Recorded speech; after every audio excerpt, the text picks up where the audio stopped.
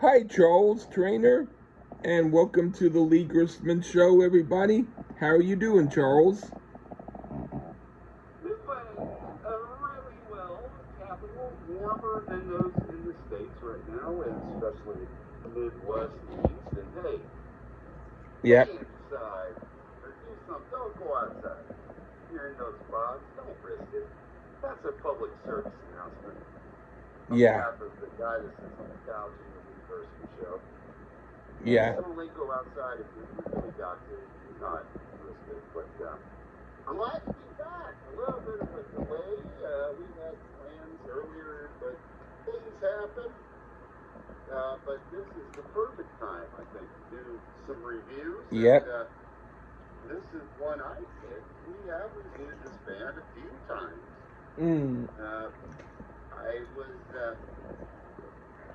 I always say to Lee, friends don't let drunk friends pick albums to review, but we will find out if I am wrong or right and whatever. Yeah.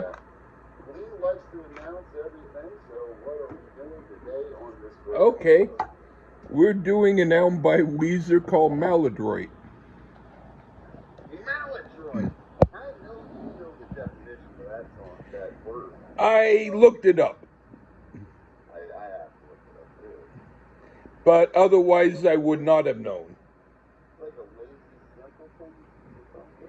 Or like someone who's purposefully trying to not be so great. Yeah. Well, but not a simpleton. Well, Okay, but maybe. doesn't want to be. But he is a simpleton because he don't want to be great. But you do realize that the song of this band, where he has latter days, but the main focus of his band is Rivers Cuomo. A guy who seems to have two last names. True. Well, he was raised on the Ashland, which is pretty interesting. Huh. Hippie existence coming up. Huge metalhead. For us metal fans, and he is basically kinda, but doesn't like to admit it. But he is. All right. That's fair. Go too hard. You don't want to go too hard. Hey, painkiller. Phenomenal album. I like Judas Priest. Yes. Yeah. He's one of us. All right. Feeling like he says now with Rivers Cuomo, if you like the kind of music I like, and he kind of likes every now and then, or begrudgingly likes, then like you could pick this guy's brain and have a good time. However, not a lot of metal comes out of this dude. Not really. It's like a lot of his music's like the Raspberries and Cheap Trick and I don't mean that begrudgingly, Cheap Trick fans. Cheap Trick and the Cars all like Data Baby. To me, a lot of it's kind of like that. It's power pop or power punk or it's. Yeah. But it's Weezer at the same time. But I do remember that Weezer reviews have been rather hit and miss with Mr. Gerstmann. Yeah. Through the history of life. And that's why I say maybe drunk people shouldn't pick albums. But this came out in 2002. I was a first week buyer. Actually in the country of Bosnia, protecting and doing peacekeeping operations in the army when I got this album. It's like, wow, we should put out another album because there was a long time between the album Pinkerton and the Green album. Well, not as long as like Guns N' Roses, but it was pretty long. And then this came out like not very long. Then maybe 7 months after the Green album by Weezer. So I was like, wow, look, we did it. And was surprised to. I don't listen to this album a lot. I'm surprised to find. Although I guess I listened to this album a little more than I thought because a lot of songs came back to me. But Yeah. I Well, I I usually don't know what else you think about. all right. All I'm going to say is Yourself. I usually only listen to Weezer if people make me listen to it. Ah, But that explains that. yeah. But That explains that well, anyway, one. what want to get into the review? Let's get into the reviews real quick, because this album, unlike the Green album and the Blue album, which I still think is their best album, the Green and the Blue were produced by Rick Ocasek. This is self-produced, much like Pinkerton, which Lee did not slam. Okay, Lee, let's get into it. All right, I did review Pinkerton somewhere else. Anyway, who wants to go first? You! Okay, American Gigolo. This sounds like an album without a promising start. Sometimes albums get better after a mediocre first song. This is like a demo of their song Buddy Holly that didn't work right, so they scrapped it until later and added other lyrics. It's not the worst thing I've heard. In fact, there's a David Bowie album I'd prefer over this song. What do you think? The one with Blue Jeans? Yeah. The one where he did? Oh my god. Okay, American Gigolo. I like the opening drums. I think they're pretty slamming. I've always done the drummer Pat Wilson drumming, and he's pretty slamming on this one. This song is almost like Nirvana meets Kiss. The riffage is pretty tight. Not sure if I'm into the falsetto, deep backing vocals, one in the chorus. There are elements here that are a bit too stereotypical for my liking. I'd say I like about 2/3 of the song, or just say it's okay. 2/3 of it's okay for me. I've definitely heard worse, like me, but it's a rather generic sound here. And I can't make up, this song can't make up its mind if it wants to be pop or rock, and it kind of flops because of it. So we agree. Yeah. All right. What do you think of Dope Nose? The lead single from the album. Apparently, it's also performed a bit on their 2000 tour in support of the Green album. It was written the same night as the song Hash Pipe from the Green album. After 3 shots of tequila and a Ritalin for Rivers Cuomo. This one works more for me than American Gigolo.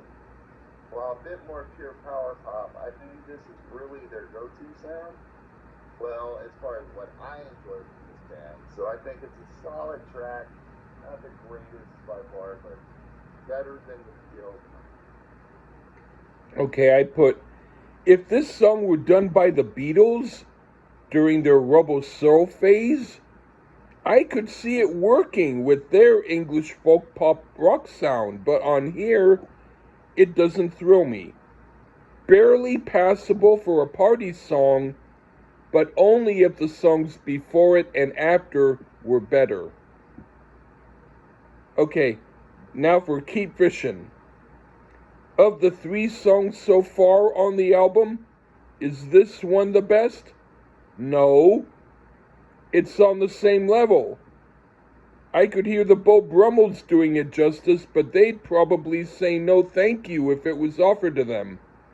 What do you think? Well, kids, let me swoop in here and save the day, because it's even poppier than Dope Nose. And yeah, it's one of their best tracks. The video, I highly recommend it, especially if you dig the Muppets, as they're prominent in the video. I love the Muppet Show. And interestingly, the album edit, this is odd. This doesn't happen a lot. The album edit is shorter than the radio edit. By about 30 seconds, which isn't that common. I prefer this version, though. I think the radio edit is in the video, and it just isn't good to me, but whatever. But a rather strong power pop song here. Very happy-go-lucky. Right. Oh boy. Okay. Control.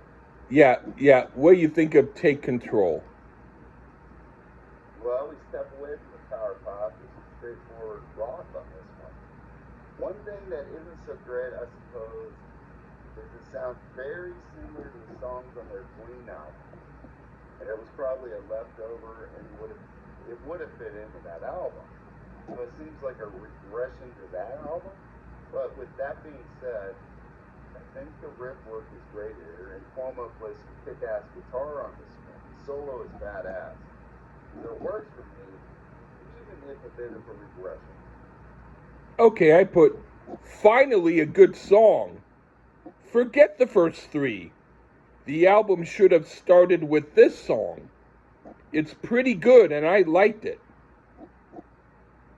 And now for Death and Destruction. Well, it's certainly better than the first three pieces of crap. It's okay, it works as a second song, like how I Got the Blues by the Rolling Stones works as a second song off of Sticky Fingers. It's not a song to hear first, but as a second song, it works, and I do like it. What do you think? Well, it's like down here with a ballad, and this one takes its hat a bit to the Blue album, or Pinkerton era for me, which is welcome, even though it's also a bit of a retread.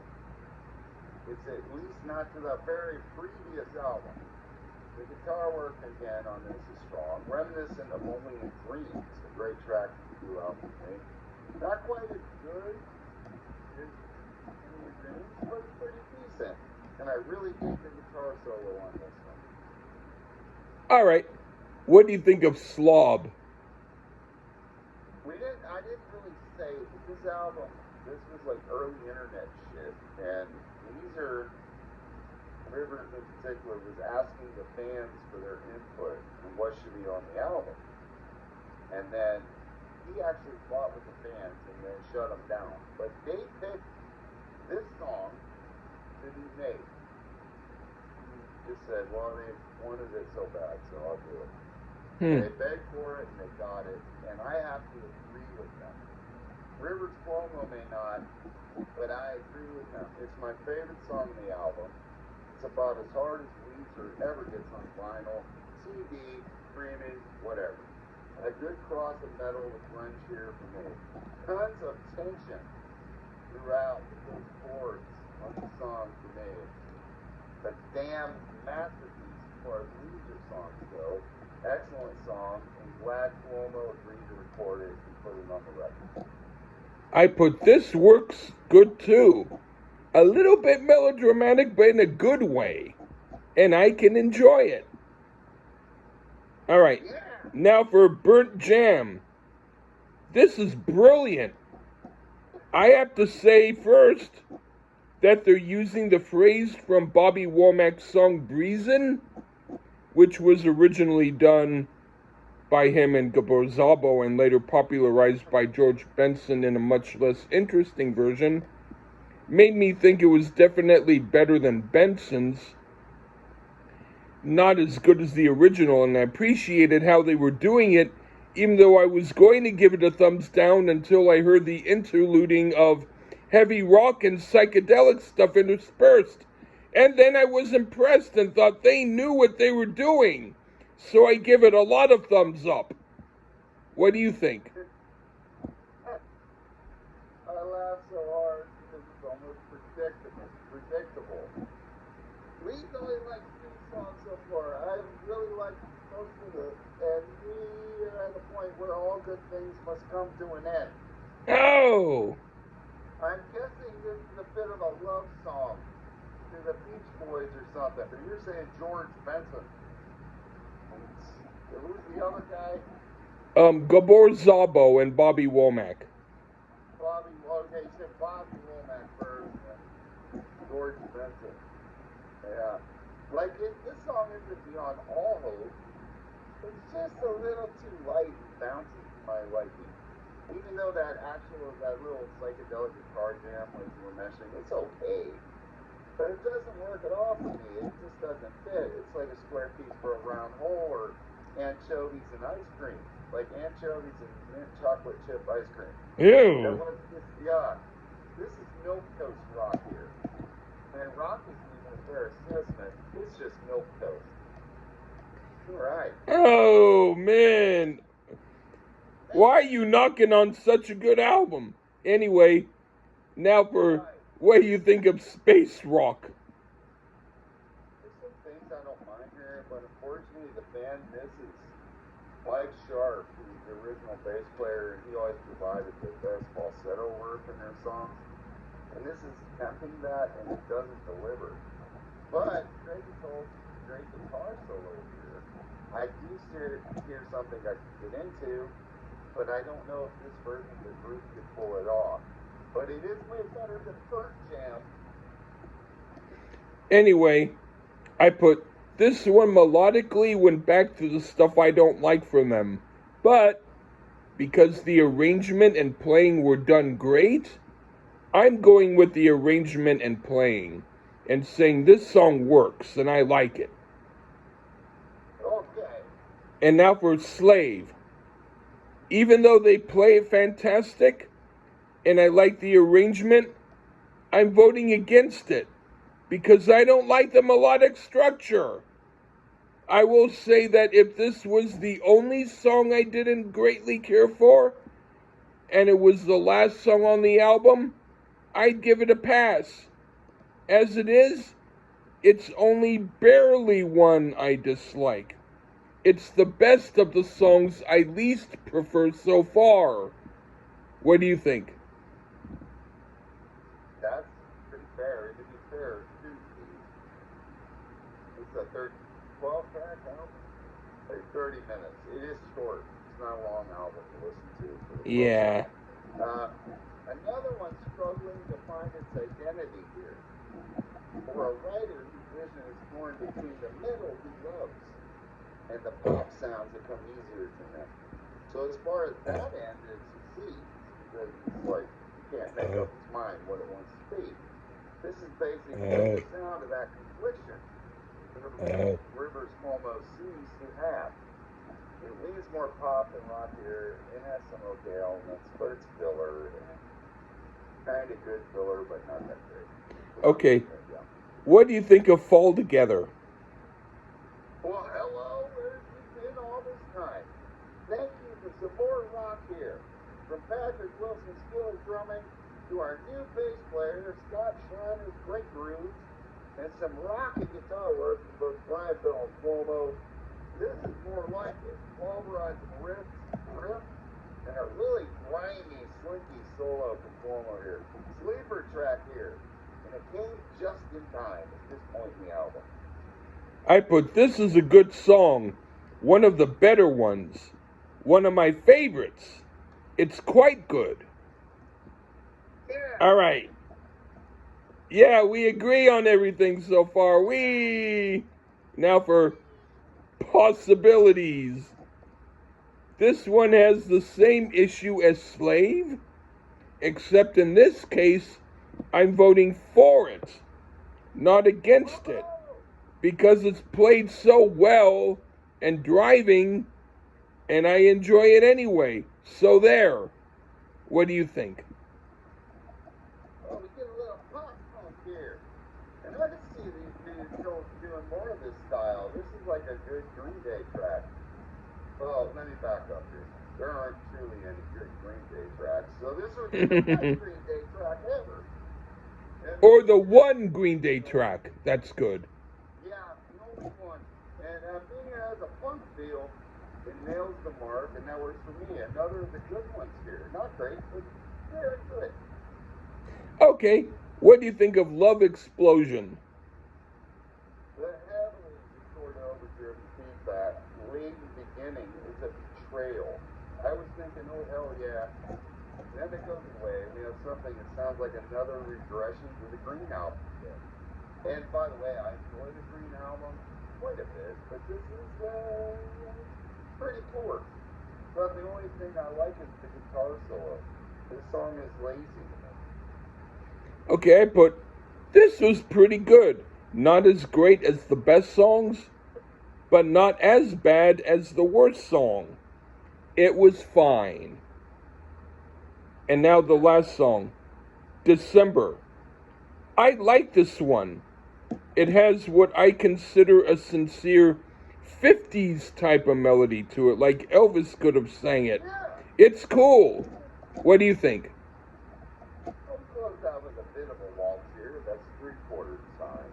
You non-music people will listen.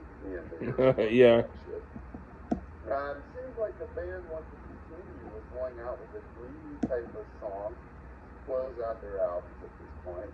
I heard that too. I didn't necessarily notice it. Yeah, it has like a 50s almost Earth Angel. Yeah. Kind of feel to that kind of music. Yeah. So at least but at the same time, it's fairly original sounding in reference to Weezer and their little planet. So it's a little more original sounding, but maintains the Weezer feel. Patrick Wilson, I think he's the standout here for me as far as big in what he's doing on the track. He's not a terrible one. He sits in the middle. For me, he is a Weezer fan, but I'm not as big of a Weezer fan as I used to be. I used to be a huge fan. I mean, they've fallen off a cliff for me at this point, but at this stage of the game, I would give this, I like the few tracks pretty well, and I think some of it's mediocre, so I'm going to give this album a B-. But I think we enjoyed it a little more than I would have thought. Yeah. Which I would say. I was surprised that I'm actually getting kind of more into Weezer, which I didn't expect and surprised me. And so I have to admit I appreciated reviewing it. Wow, that's a huge victory, folks. And you Weezer fans, because you'll check it out, I know it, because you look for everything. We like Maladroit. I like it too, but not Yeah. quite as much as you. There you go. Yeah, not every song, but enough, you know. I thought it was quite good. Yeah, they think a thing or two. And what's really odd is, I don't know what other channel you think it's on. I just didn't remember doing it. You can guess maybe. Right. Well, when you did it with me, you didn't hold it that bad. Maybe not as much as this one. I mean, it's liking it. You don't like it as much as this one. But interestingly enough, you seem to like the ones that they self-produced more than the ones Rick Ocasek did. You or me? You. Oh, huh. As I recall. I don't know. Pinkerton was self-produced. That was their second album. Okay. Then they did the Green album, which was Rick Ocasek. That's the first album. We did do the Green album, I think. Maybe we did the Blue. I don't. I tend to forget everything Weezer. Well, not now. Well, right now, because we're doing the review, but once I shut off the camera, I might forget. I'm saying to the Weezer Nation and the Weezer Army That they won't let me forget.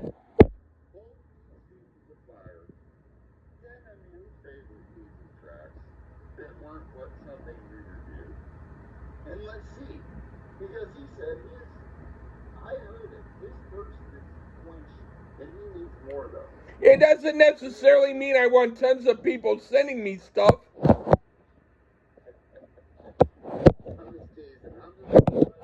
But I'm not against it either, okay? You should really listen to their cover of Unbreak My Heart. I think you'd really enjoy it.